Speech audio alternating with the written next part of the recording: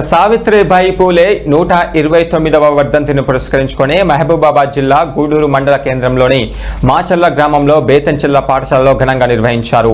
ఈ వేడుకలో ప్రధాన ఉపాధ్యాయులు వెంకన్న మాట్లాడారు. భారతదేశపు తొలి మహిళా టీచర్ సావిత్రిబాయి అని తెలిపారు. అలాగే సాహసం విద్య ద్వారా సమాజంలో మార్పు తీసుకురావడం సాధ్యమని ఆయన పేర్కొన్నారు. బాలికల కోసం 1848లో పాఠశాలలు ప్రారంభించారని తెలిపారు.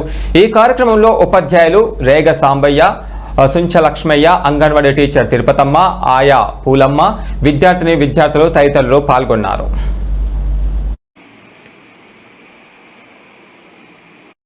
సావిత్రిబాయి పూలే వర్ధంతి మార్చ్ 10వ తారీఖున మరి 1897వ సంవత్సరంలో ఆమె మరణించడం జరిగింది. మన ఆమెని స్మరించుకుంటూ ఈరోజు ఆమె వర్ధంతిని మరి ఈ భారతదేశంలో అన్ని మరి కార్యాలయాల్లో కానీ అన్ని మరి అంతటా కూడా గొప్పగా ఆమె వర్ధంతిని జరుపుకోవడం జరుగుతూ ఉంది.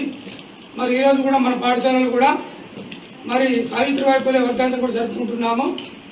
ఆమె భారతదేశానికి మొట్టమొదటి మహిళా ఉపాధ్యాయురాలు.